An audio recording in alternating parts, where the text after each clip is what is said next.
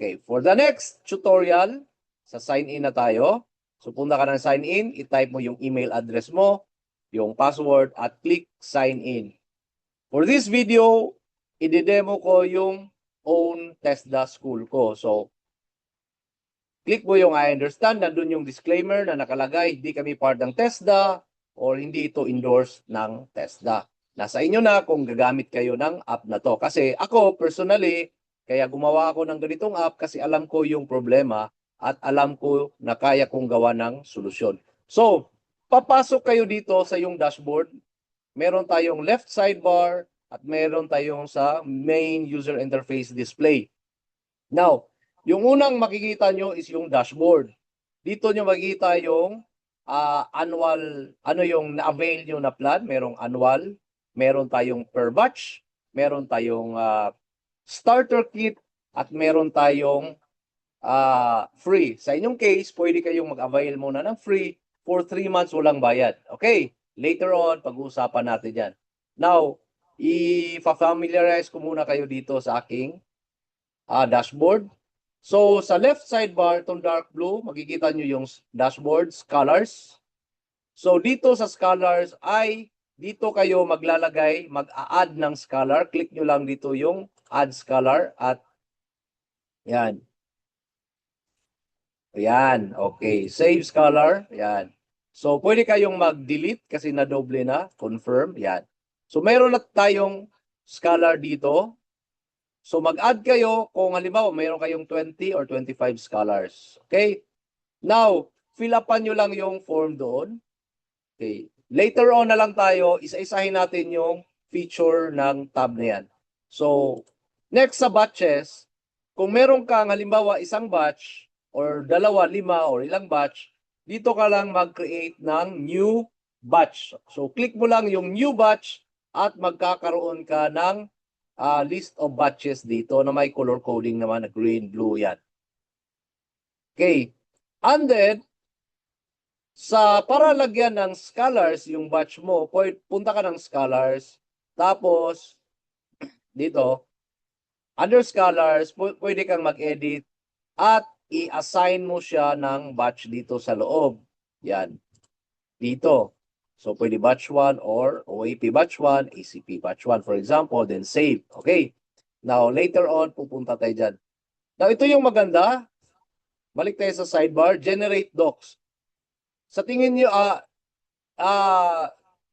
kung titingnan nyo, parang walang laman. Pero kasi wala pa kayong sinelect na batch. So, pili kayo ng batch. Di ba? OAP batch 1. Yan. Lalabas yung mga i-generate nyo na documents. Yan yung kagandahan kasi once naka-create kayo ng batch, automatic itong mga reports na to, automatic mafi-fill ito ng inyong mga scholars. Hindi na kayo magta-type isa-isa dyan. So, nandyan yung scholars profile, GSIS Annex A and B, 50% billing, final billing, attendance sheet, Lamar, walk-in report, liquidation report, at yung SO. Napakaganda. Now, ang i-generate niya is dalawang file. Una is ang PDF, pangalawa isang editable na Excel. Yan yung kagandahan dyan. Then sa human resource, yan. Pwede ka dito mag-add ng trainer.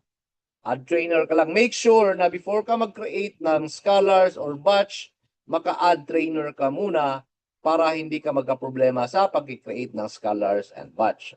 Now, next yung performance. So, dito matitrace yung performance ng school mo. Kung may nag-drop out ba, drop out rate, siya nang bahala dyan. Finance, dito ka mag-liquidate. Halimbawa, gusto mo per batch na ilista mo yung mga expenses mo, yung income mo. So, mag-add transaction ka lang. Pili ka whether income or expense. Tapos, pwede ka mag-designate kung anong batch to. Yan o. Batch. So, pwede kang gumawa ng isang liquidation report per batch. Yan yung kagandahan. Now, dito sa settings, ito yung pinakauna mong papasukin talaga bago ka mag-create ng mga batches, bago ka mag-create ng kung ano-ano. So, sa settings kasi, mag-upload ka ng school logo mo, TESDA logo mo, school, fill upan mo yung data ng school mo, name, address, contact number, yan. Anong office yan. Tapos, magse-select ka anong gusto mo na certificate na training certificate format. Sa akin, mas preferred ko yung classic. Kung marami kayong ink, dito kayo sa formal dark, mga darker. Kaso, maubos yung ink nyo dyan. Then, pwede kayo makapili ng border color. Yan. So, hindi tayo magkakaparehas ng design ng certificate. Now, backup and restore, ito yung gawin nyo every month or every week. Nasa sa inyo na para lahat ng in-input nyo dito ay may backup. In case magloko yung app, yung system, meron kayong backup. Sa subscription, dito nyo makikita yung whether annual ba, ano yung current subscription mo, ano yung available na upgrade na, yan, dito yung upgrade, dito yung listahan, yan. Now, pwede kayo mag-send request sa akin if mag-inquire kayo or mag-upgrade kayo. Now, dito sa affiliate, pwede kayong maka-earn ng, halimbawa, staff kayo, registrar kayo, or kahit sino kayo, kahit yung school ka mismo, pwede kang mag-register. Free naman yung registration ng affiliate. Ibig sabihin, pag ini-refer mo yung app na to sa iba at mag-avail sila sa akin, meron kang 10% commission. Yan yung kagandahan para na may konting may reward ka sa yung pag-share, okay? So gagawin ka niya ng automatic na link or code na matitrace sa'yo. Yan. Sample documents, meron akong in-upload dito. Yung user manual mismo ng app na to. At mag-add ako ng mga documents like yung mga feedback reports para kayo rin ay may guide paano mag-feedback. Hindi na kayo mahirapan, maghagilap kung saan-saan ng mga files na yan. Copy-paste nyo na lang. Now, send request or inquiry, dito nyo ako ma-reach, hindi nyo na kailangan na mag-email pa. Send request lang kayo at makikita ko sa sarili kong dashboard na meron kayong concerns, may tanong, or may inquiries. Okay? Or may patulong. Other services, kung gusto nyo, tinatamad na kayong mag-encode, wala kayong staff, pwedeng kami na yung gumawa ng encoding ng mga scholars nyo. Kami na yung mag-document checking, mayroon siyang special fee, at meron siyang, pwede na rin kami yung maglayas ng document, mag-fill lahat, at kami na mag-submit. Yan, kami na mag-submit. Kami na yung mag-submit doon sa provincial office ng TESDA, as long as available. Hindi to para sa lahat, para to sa mga may availability sa area. Halimbawa, dito sa amin, pwedeng kami. Okay? Now, full support package, meron kaming rate niyan. At other concerns, kung meron kayong request na patulong, mag-usap tayo and let's talk about whatever needed na pag-usapan doon. Okay? Then, contact us. Nandito yung contact number ko at yung email address ko at yung FB page. Siya nga pala, if once mag-avail kayo nito, meron kayong exclusive Facebook group. At para in case na meron talagang additional concerns na di natin ma-settle dito, di kayo makasend ng pictures dito, doon kayo sa exclusive Facebook group. So meron kayong lifetime support as long as nandito kayo sa app. Sa baba, nandito yung user manual. Yan, pwede kayong mag-guide at pwede kayong maka-sign out. Okay, so yan muna ang sa ating user interface familiarization. Okay, now, simulan natin na gamitin. Simulan natin gamitin yung app mismo. No? So, ang gagawin natin, ang una mong gawin, step 1, kung naka-receive ka na, naka-sign in ka na, dito ka sa settings, i-set up mo muna i-upload mo yung logo mo, yung TESDA logo, fill-upan mo yung data dito lahat. Yan, fill-upan mo lang. Yung mga may asterisk, kung may makita kayong asterisk, it means required yan na information. Now, iset nyo yung certificate, at yung color nyo. So sa akin, blue, for example. And then, yung certificate number prefix, automatic siya. Ito yung kagandahan kasi unique yung certificate number na i-generate niya. Hindi na kayo mag-generate na kayo-kayo lang. Automatic, ang gawin nyo lang is yung prefix at save school. Okay. Now, kung assessment center kayo, i-check nyo tong assessment center mode. So, halimbawa, i-check ko lang, halimbawa, lalabas dito sa sidebar yung assessment center na feature. So, school kayo at the same time, assessment center.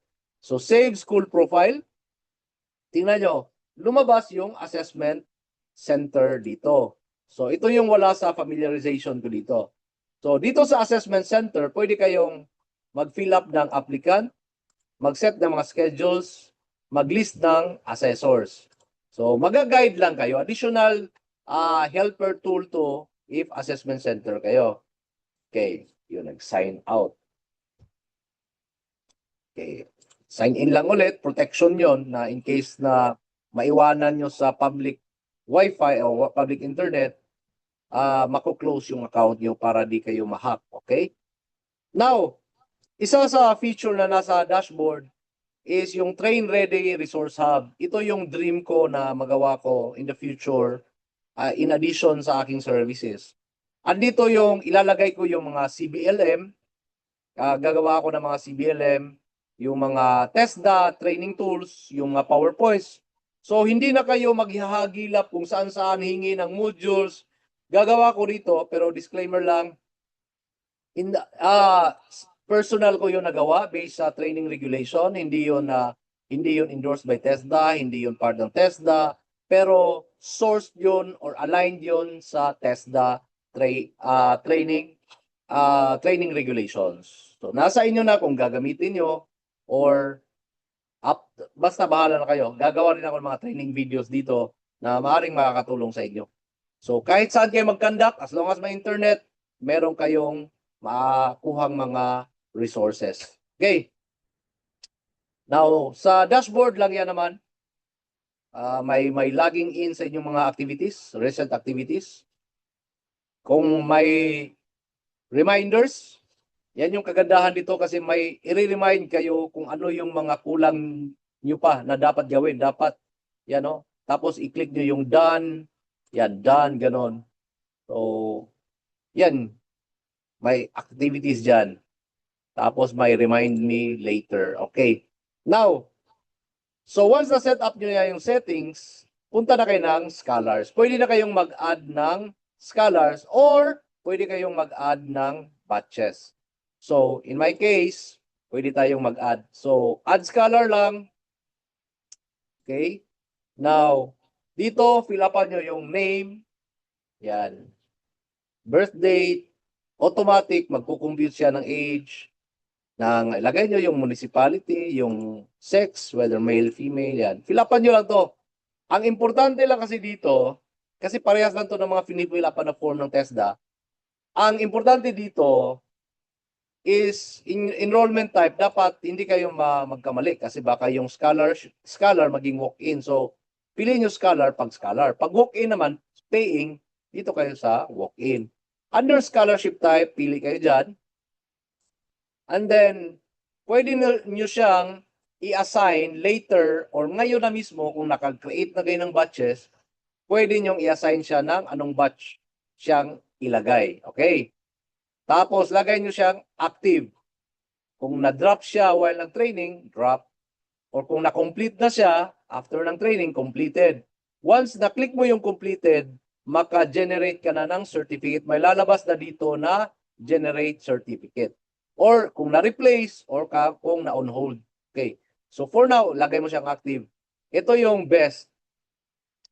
Pwede kang gumawa ng link from your Google Drive kung saan nakasave yung mga files nila. So yung registration form, scan nyo, yung passport size ID, or kung mayroon kayo na scan, birth certificate, marriage certificate, diploma, meron silang sinubmit, scan nyo, ilagay nyo sa Google Drive nyo, tapos ilagay nyo yung link dito.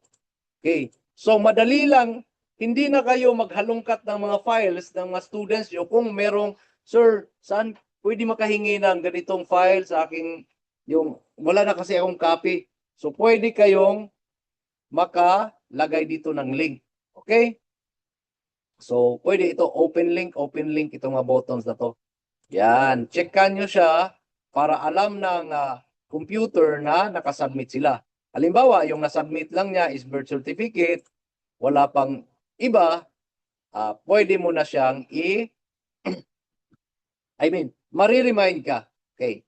Now, dito, yung iba kasi na practice, yung iba kasi nanghingi ng BSRS account para hindi kayo mahirapan na maghanap ng mga student nyo, nasa inyo na yon. Or hingi kayo ng password nila, nasa inyo na yon. Usapan nyo na between ng student yon. Kasi malamang baka need nyo yan, so dito nyo ilagay sa remarks. Tapos, save scholar. Okay. Yan na, nagawa na siya, nagdoble na nga. Oh. So, i-delete ko na lang muna tong isa. For example, delete. So, maka-delete kayo. Now, dito sa docs, ang nasubmit niya, yan, nag-yellow, 2/4. So, ibig sabihin, may kulang pa siyang document na sinubmit. Okay, docs? Halimbawa, i-edit nyo, nakasubmit na siya ulit, ng iba, check mo lahat, save scholar, at andyan na yung nag-green na siya, 4/4 na siya. Okay. Halimbawa, natapos siya ng training, click nyo yan, lagay nyo sa completed, at save scholar, lalabas tong certificate na button. So, pag-click nyo ng certificate, yan, mag-generate siya, nandun yan sa download folder mo, i-open mo siya, puntahan mo yung download folder, ito na yung magiging certificate of training niya. Okay, ano, di ba? Automatic, pirmahan mo na lang. Tapos, ipiprint mo na lang. Di ba? Now, kung meron kayong gustong ipabago sa formatting, sabihin nyo lang, dahil pwede kong gawin yan, i-edit yung formatting. Okay, so yan yun. Walang stress, di ba? Wala nang stress. Now, dahil wala pang training, ibabalik ko muna siya sa active. Yan, save scholar. Okay, Dok. Again, dito pwede niyo siyang ma-designate kung saang batch niyo siya ilagay. Okay? Dahil wala pang ibang batch yan, 0 pa yung ECP. So, OEP muna. Status, pwede mo rin dito ilagay completed. Yan, di ba? So, active mo na lang muna yung batch status. Okay, Dok? So, add scholar lang ka lang dito. Okay, so yan yung tutorial about adding scholars. Next, gawa tayo ng batches. So, ang gagawin mo lang is dito ka sa left bar, batches. Click new batch. Fill upan nyo to. Halimbawa, meron kayong another batch for OAP. Yan, di ba? OAP, batch 2. Yan. Now, if wala sa list, pwede kayong gumawa dito ng sariling list nyo. Pero actually, pwede kayong mag-add ng scholar, pwede kayong mag-add ng qualification later on, or bago dapat kayo mag-create ng batches, add muna kayo ng qualification din pala. Okay, so later on, balikan natin. Now, date started, ilagay nyo dito, date finish, training hours, lagay nyo, anong klaseng scholarship, saang location niya, address, barangay, or training location. Then, assign trainer, make sure na meron na kayong mga trainers kasi hindi to masisave yung batch or hindi makaka-create kung walang trainer. And then, yung TSF, Training Support Fund, halimbawa, lagay nyo 160. Qualification, lagay muna natin OEP, batch 2, date started, date finish, demo lang to for demo purposes. Municipality, lagay natin dyan. Lagay natin na Kananga, for example. Trainer yan. 160 yung TSF. 995 yung assessment fee. Tapos, create batch. So, mag-appear ngayon yung latest na ginawa mong batch, OEP batch 2. Okay? So, wala siyang laman. Yan. Wala siyang laman. Ang gawin mo lang is mag-add scholar ka lang dito. Yan, mag-add scholar ka lang dito. So, pwede kang maka-add scholar dito sa loob ng batch. Pero ang best na pag-add ng batch ng scholar sa batch ay dito sa list ng scholars, i-edit mo at i-assign mo siya sa anong batch. Okay? So, edit mo siya, punta ka dito sa batch assignment at ilagay mo siya dito. Yun yung best ng pag-add ng batch. Kasi, unang-una, ililista mo naman talaga yung mga scholars mo muna bago ka mag-add ng scholars sa batches. Yan. Now, ito yung best mga parigoy. Pag-click mo dyan ng batch, so nakalista na lahat yung mga scholars mo dyan, i-check mo yung run check. Halimbawa, mag-demo nga tayo yung may laman yan. So, run check, sabi niya, ready to generate. Kasi baka merong ibang scholar na hindi nakasubmit.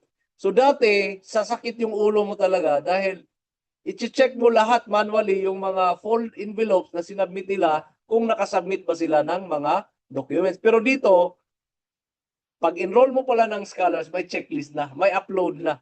Tapos run check ka, before ka mag-generate ng mga files, ay mache-check ng system kung wala bang kulang na nag-submit. Yan yung tanggal talaga sakit ng ulo, di ba? Now, ito din, isang best na feature is mayroon kang batch reminders. Yan. So, during training, meron ako ditong before training, pre-training, yan. Dapat nauna to, pero i-fix ko to. Dapat pre-training nauna to dito. Dapat BSRS Scholar Enrollment Log, check mo. Once okay na. Generate Scholars Profile kasi gagamitin mo to doon sa TESDA. Pag-input doon din sa T2 or BSRS or T2 MIS. Tapos, during training, ito yung mga checklist. Okay? Yan yung mga checklist. Yan. Balik tayo kasi nag-close siya.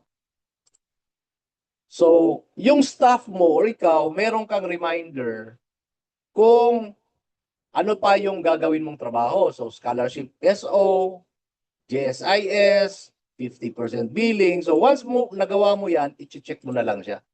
Then, application for assessment. Di ba? Napakaganda kasi guided ka step by step lahat ng gagawin mo while nag-training, before training, while nag-training, after ng training, last day of training, dapat i-end daw yung BSRS, log by registrar, yung attendance sheet, dapat ma-finalize yung LAMAR na nagawa na, signed na. Tapos post-training, after ng training, assessment date scheduled, competency assessment conducted, final billing submitted, NNA allowance released to all scholars, certificates of completion issued to passers, employment status follow-up 30 days. O di ba? Saan ka makahanap ng ganyan? Halos pwede ka nang hindi ka na mag-hire ng mga staff mo. Football mo na lahat ng staff. Nadana yan lahat, pwede ka na mag-generate ng halimbawa 50% billing. So click mo, pag-click ng generate, automatic magda-download yan. Yan, i-open ko nga yung folder. So once nandun na sa yung kuan, download, nandito yan, 50% billing. Dalawa yung i-generate niya, itong PDF at itong Excel. Sa PDF, di mo siya ma-edit, pero sa billing na Excel form, ay kaya mo siyang yan, oh. Di ba? Kaganda, oh. Oh, di ba? Yan. Now, yung logo nyo, mag-appear dyan once nalagay nyo yung logo. Wala pang logo ngayon kasi hindi ko in-upload pa yung logo ko. Yan. Lalo na ngayon, no? Parating na yung mga slots ay malaking tulong to para sa inyo. Yan yung transmittal letter. Yan yung, no? Formatted na. Ipiprint nyo na lang. Tapos dito yung logo nyo, left and right, yung right sa TESDA. At ito yung total amount. Napakaganda.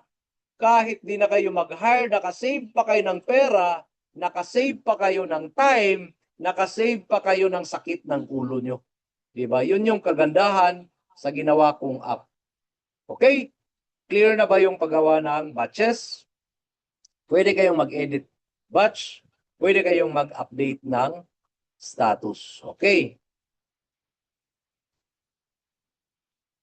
Next, punta tayo sa generation ng docs. So, very simple lang. Click mo lang yung generate, generate, generate for each one na kailangan mo. Again, automatic yan, mag-generate ng file. Pero bago mo gawin yan, select ka muna ng batch. Yan, click ka anong batch. Halimbawa, batch 1 yung i-generate mo, tapos click mo generate. Napakaganda, di ba? Kung halimbawa, batch 2, generate mo yung batch 2. Okay, Dok? Ganun lang kasi simple.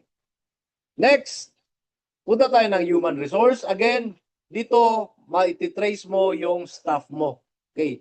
Pwede trainers or staff. Pwede ka mag-add staff. Yan, no? O, anong position niya. Yan. Or pwede ka mag-add ng trainer. Yan, no? Ano yung qualification niya. Kung marami siyang qualification, lagay nyo dito, lagyan mo lang ng comma.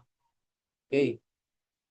Tapos, pwede mong i-note dito yung, halimbawa, BSRS, depende sa usapan nyo, yung BSRS account niya at password, or commonly hindi niya ibibigay yan.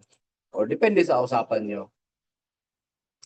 Underperformance, wala namang, dito sa underperformance naman, dashboard, makikita nyo kung ilan yung dropout rate nyo, ilan yung nakatapos ng training, di ba? Yung TSF revenue collected, yan. Ano yung ongoing, ano yung build, di ba? Binibuild. Tapos, ano yung na-submit nyo na mga documents or hindi pa? Ano yung mga hindi pa na-print? So, meron kayong reminder per batch. Hindi kayo mawawala. Yan yung best talaga. Now, habang nagkakanda kayo ng training or ongoing or palapit yung training nyo, dito, gawa na kayo ng cash book. Meron kayong payroll. Yan. Add payroll. Yan. No? Sino yung bibigyan nyo? Yung trainer nyo. Halimbawa, honorarium, salary, allowance. Oh. Diba? Batch. Anong batch? Oh, diba? Budget. Release. Pending. Oh, diba? So, matitrace nyo yung payroll. Tapos merong annual summary ng income, expense, at net balance. Pwede nyo ma-print. Pwede nyo makuha kung anong year. Okay. Sa cash book, pwedeng by batch na expense, all types, income, expense, all categories, yan. Pwede nyong ma-categorize yung transactions. Even, ang napakaganda, nandito yung receipt number, nandito yung amount, description, batch, anong category, anong date, anong income ba or expense ba, tapos sino yung nag-transact, di ba? Yan napakaganda, di ba? Matitrace nyo yung mga important details. Now, okay na tayo sa finance, punta tayo ng assessment center. Sa assessment center, dito, pwede kayong mag-input ng applicant, mag-schedule, at maglagay ng assessors. Very simple lang. Kung lang to, guide lang to eh. Ano yung pending, ano yung scheduled, assessed, at certified. So, masusort out nyo yung mga applicant kung sino yung na-certify na, nag-pending, ayan, scheduled na, yan. O, sino yung competent, sino yung not yet competent, sino yung pending result, sino yung mga nagbayad na, hindi pa nagbayad. Di ba? So, ma-search nyo by name, yan yung kagandahan dyan.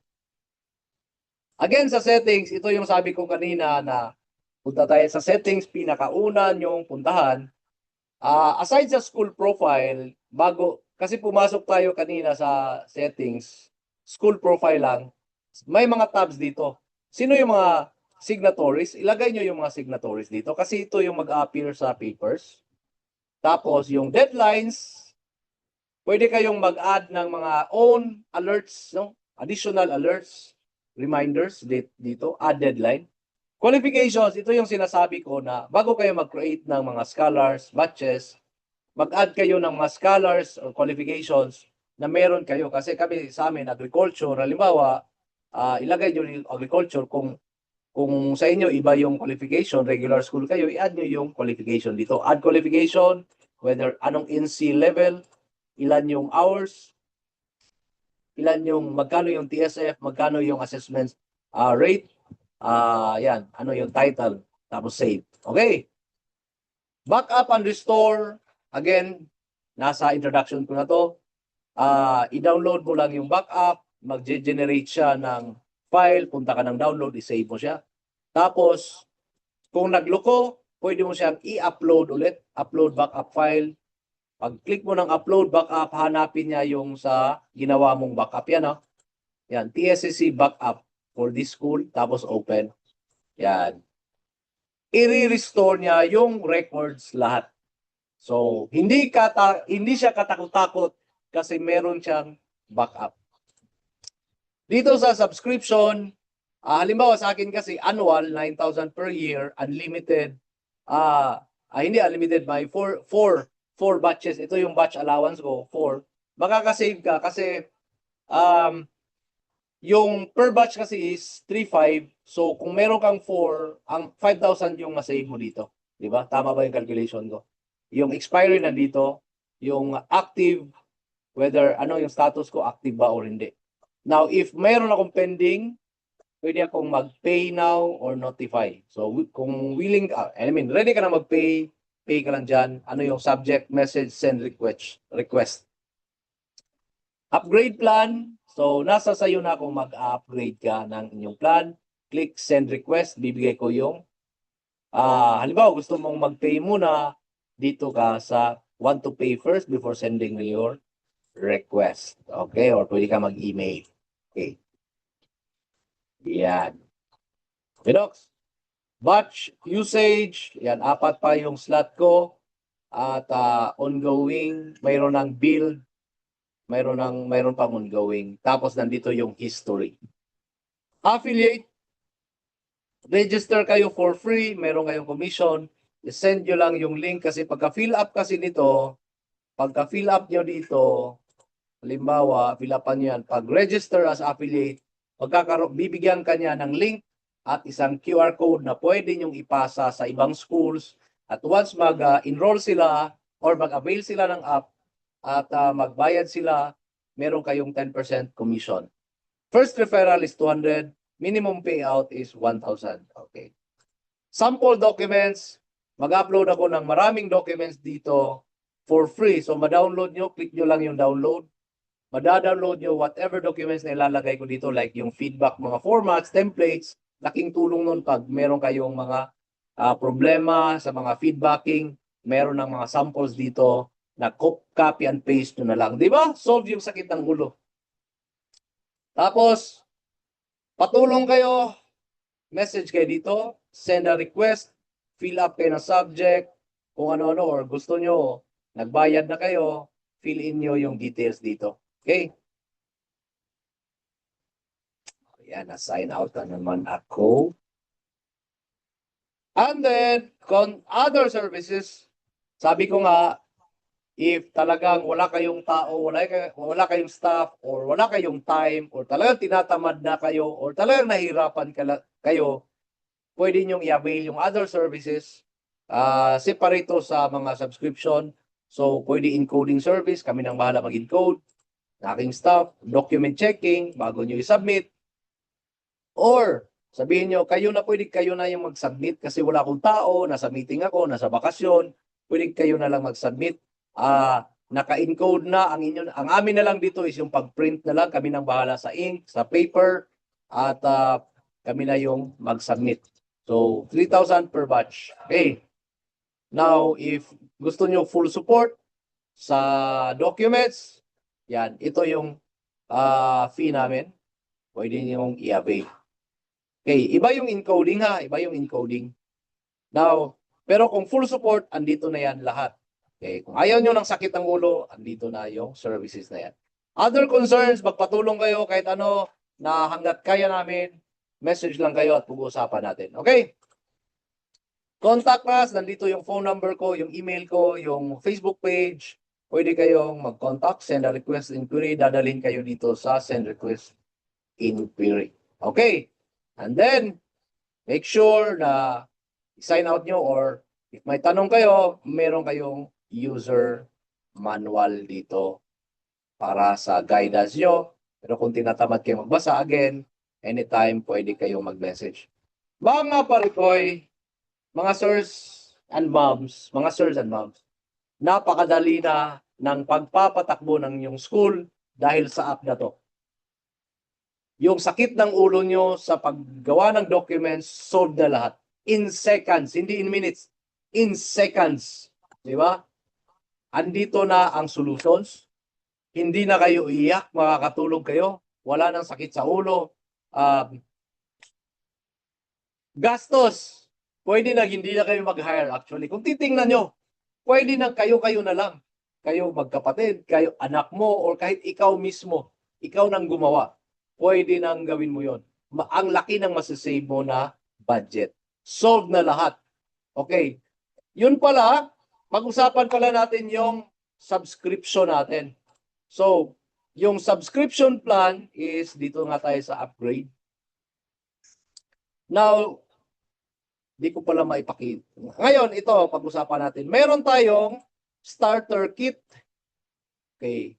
Merong batch per batch at merong annual. Pero on top of that, meron tayong free. Sa free, sa free is meron kayong 3 months. Biruin nyo, 3 months. Pagpraktisan nyo. Di ba? And for 3 months, makaka-generate kayo ng isang document, yung scholar's profile. The rest, nakalock yun. Pero at least, makapag-practice kayo, hindi kayo charge agad. Matatry mo kung fit ba talaga sa'yo, happy ka ba sa ginawa kong app, or merong willing kayo pero gusto nyo munang i-test at meron kayong mga changes na i-request para sa app, para i-cater sa inyong, halimbawa, ibang region kayo. Kung ibang region kayo, iba yung formatting, sabihin nyo para ma-upgrade natin or ma-fix natin. Now, kung ready na kayo, pwede kayo sa starter kit, yung 1,250. Magkano lang yung 1,250? Meron kayong isang batch. So, 1,250. Okay. All documents, unlock na yan. So, after 3 months, or mag-expire na yon, mag-upgrade kayo ng starter, meron kayong isang batch at 1,250. Magkano lang yun, di ba? Now, kung per batch ka naman, so every batch, kung may 4 yung batch, i-charge ka namin ng 3,500 per batch. Okay. So you have to pay 3,500 before kayo makagamit ng app para ma-unlock lahat ng mga features doon. Kung annual, ang laking na-save nyo kung annual kayo, yearly kayo magbabayad, at 9,000 per year up to 4 batches. So makakasave kayo ng, I think, 5,000 pesos. Kung marami talaga yung batch nyo, makakasave kayo dito. Maximum at 4 batches. Okay. So yan yung mga subscription tier natin. Okay. Now, again, you can contact me. You can go to my app at mag-sign up kayo. For free muna. See you mga sirs and moms. Bye-bye.